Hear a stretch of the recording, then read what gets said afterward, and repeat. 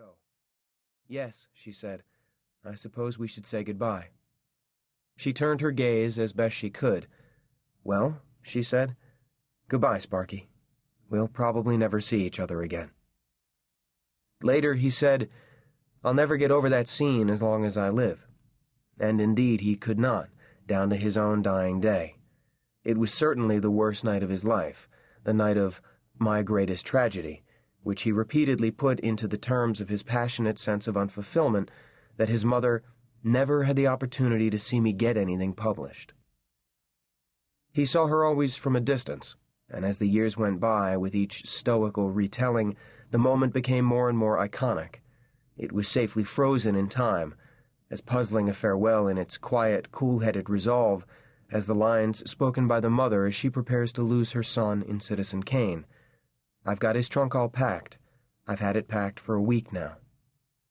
Frequently, often publicly, Sparky laid out the terrible, resigned pathos of what his mother had said to him that night.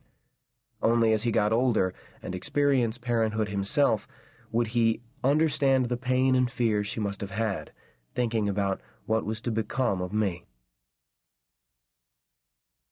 The blizzard had brought everything to a halt, but the train drummed on across St. Paul, and landmarks familiar even in the snow slipped past his window, alerting him that his own neighborhood was approaching. Then there it was for all to see. Mud-brown, two-storied brick buildings huddled along his snowbound street. From where the Great Northern Railway overpass crossed North Snelling, he could see down to the Selby intersection 2 blocks to the south, where since Monday he had sleepwalked through funeral arrangements with his father in his family's rented walk-up. Even before this week of calamities, he had considered this part of St. Paul the setting of my most influential section of life as a child. Above the buildings to his right, a Greek pedimented entrance marked the huge elementary school he had attended. He could see Dayton Avenue, a side street among whose small, somber dwellings Carl and Dina had lived in 1921, during the first year of their marriage, and next door, the roof under which his father had sheltered the family during the Great Depression, some of the lonelier years of Sparky's childhood, and the scanty backyard where the kooky puppy, Spike, living in his own world, had gobbled up some glass.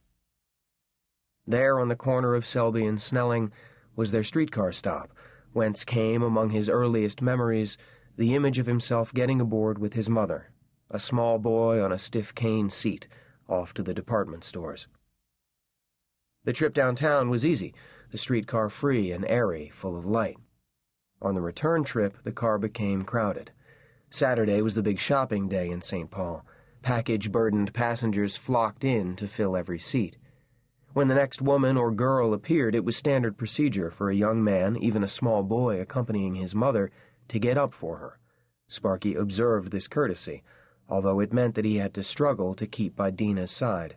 First one new passenger, then another, displaced him as the car swayed this way and that, and with each additional surge of homeward-bound shoppers at the major intersections, they were pushed farther and farther apart.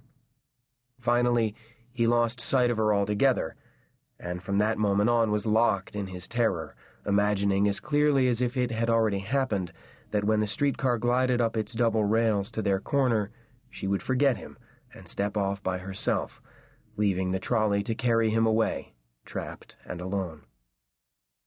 In later years he would ridicule the idea that his mother would have forgotten or overlooked him. She would never have done that. She was not by nature absent-minded. Indeed, the record shows that Dina was an attentive, even fussy caregiver to her only child.